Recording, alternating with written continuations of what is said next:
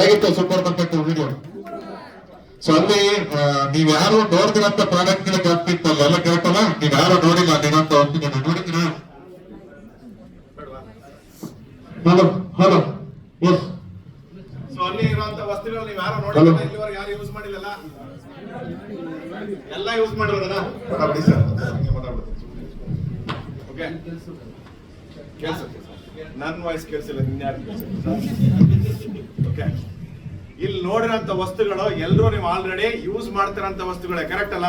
So ಬೇರೆ ಬೇರೆ ಕಡೆ ಪರ್ಚೇಸ್ ಮಾಡ್ತಾ ಇದ್ದೀರಾ, ಜಸ್ಟ್ ನಮ್ಮ ಒಂದು ಸೂಪರ್ ಮಾರ್ಕೆಟ್ ವಿಸಿಟ್ ಮಾಡಿ ನಿಮ್ಗೆ ಏನ್ ಬೇಕು ಅದನ್ನ ನೀವು ಇಲ್ಲಿ ಪರ್ಚೇಸ್ ಮಾಡಬಹುದು. ಅದರಿಂದನೇ ಇರೋಂತ ಬಿಸ್ನೆಸ್. ಓಕೆ, ಸೊ ಇಲ್ಲಿ ನೀವು ಆಗ್ಲೇ ನೀವು ನಮ್ಮ ಒಂದು ಫಸ್ಟ್ ವಿಡಿಯೋ ಹಾಕಿದಾಗ ನೀವು ನೋಡಿರ್ಬೋದು, ನಿಯೋ ಫ್ರೆಶ್ ಅಂತ ಇದೆ, ಕರೆಕ್ಟಾ? ಸೊ ಸ್ಮಾರ್ಟ್ ಪಿಕ್ ನ ಇನ್ನೊಂದು ಬ್ರಾಂಡ್ ಅದು. ನಾವು ಸ್ಮಾರ್ಟ್ ಪಿಕ್ ಬಂದ್ಬಿಟ್ಟು ನಿಮ್ಗೆ ಆನ್ಲೈನ್, ಓಕೆ. ನಿಯೋ ಫ್ರೆಶ್ ಬಂದು ನಮ್ದು ಸ್ಮಾರ್ಟ್ ಪಿಕ್ ನ ಆಫ್ಲೈನ್ ಬ್ರಾಂಡ್ ಅದು, ಓಕೆ.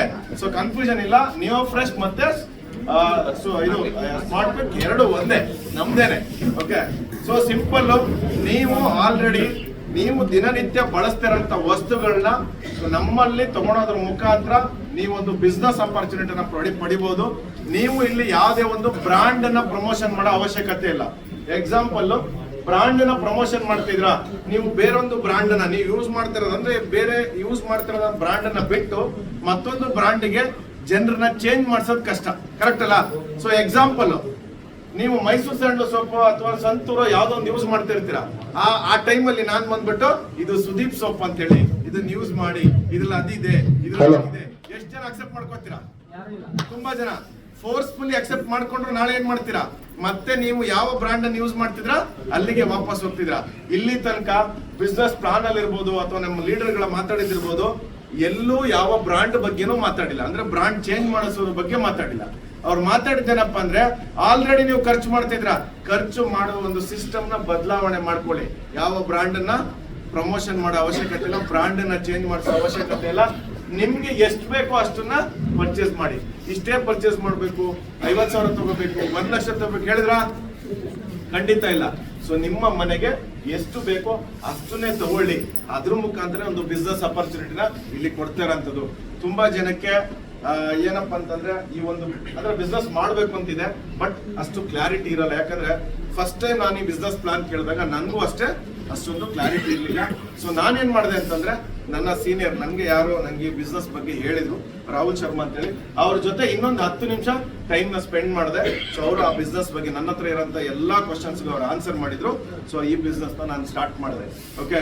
ಸೊ ಅದಕ್ಕೆ ನಿಮ್ಮ ಹತ್ರ ಇನ್ನು ಇಷ್ಟೋ ತನಕ ಕೂತಿದ್ದೀರಾ, ಇಷ್ಟು ಟೈಮ್ ಇದೆ, ಇನ್ನೊಂದು 10 ರಿಂದ 15 ನಿಮಿಷ ನಿಮ್ಮನ್ನ ಯಾರು ಕರ್ಕೊಂಡ್ ಬಂದಿರ ಅವರ ಜೊತೆ ಕೂತ್ಕೊಂಡು ಈ ಒಂದು ಬಿಸ್ನೆಸ್ ಬಗ್ಗೆ ನಿಮ್ಗೆ ಏನೆಲ್ಲ ಇನ್ನು ಕೇಳೋಕಿದೆ, ಯಾವ ತರ ಸ್ಟಾರ್ಟ್ ಮಾಡಕ್ಕಿರ್ಬೋದು, ಬೇರೆ ಬೇರೆ ನಿಮ್ಗೆ ಏನೆಲ್ಲ ಕ್ವಶನ್ಸ್ ಇದೆ, ಸೊ ಅದನ್ನ ಇಲ್ಲೇ, ಕರೆಕ್ಟ್ ಅಲ್ಲ, ಇಲ್ಲೇ ಕೂತ್ಕೊಂಡು ಕ್ಲಾರಿಟಿ ತಗೊಂಡು ಇವತ್ತೇ ಈ ಒಂದು ಬಿಸ್ನೆಸ್ ನ ಸ್ಟಾರ್ಟ್ ಮಾಡಿ. ಯಾಕೆ ಹೇಳ್ತಿದ್ದೀನಿ ಅಂತಂದ್ರೆ, ನಾನು ಆ ಒಂದು ಕೆಲಸ ಮಾಡಿದ್ದಕ್ಕೇನೆ ಸೊ ನನ್ನ ಒಂದು ಲೈಫ್ ಅಲ್ಲಿ ಒಂದಷ್ಟು ಚೇಂಜಸ್ ಆಯ್ತು, ಓಕೆ. ಸೊ ನಾನು ಮೇ 19, 2024 ನಾವು ಈ ಒಂದು ಬಿಸ್ನೆಸ್ ನ ಸ್ಟಾರ್ಟ್ ಮಾಡಿದ್ವಿ. ಸೊ ಇವತ್ತು ನೀವು ಈ ಬಿಸ್ನೆಸ್ ನ ಸ್ಟಾರ್ಟ್ ಮಾಡಿದಿರಿ ಅಂತಂದ್ರೆ ನಿಮ್ಮ ಲೈಫ್ ಅಲ್ಲೂ ನಿಮ್ಮ ಲೈಫ್ ಚೇಂಜಿಂಗ್, ನಿಮ್ಮ ಒಂದು ಟರ್ನಿಂಗ್ ಪಾಯಿಂಟ್ಸ್ ಈ ಡೇಟ್ ಆಗುತ್ತೆ.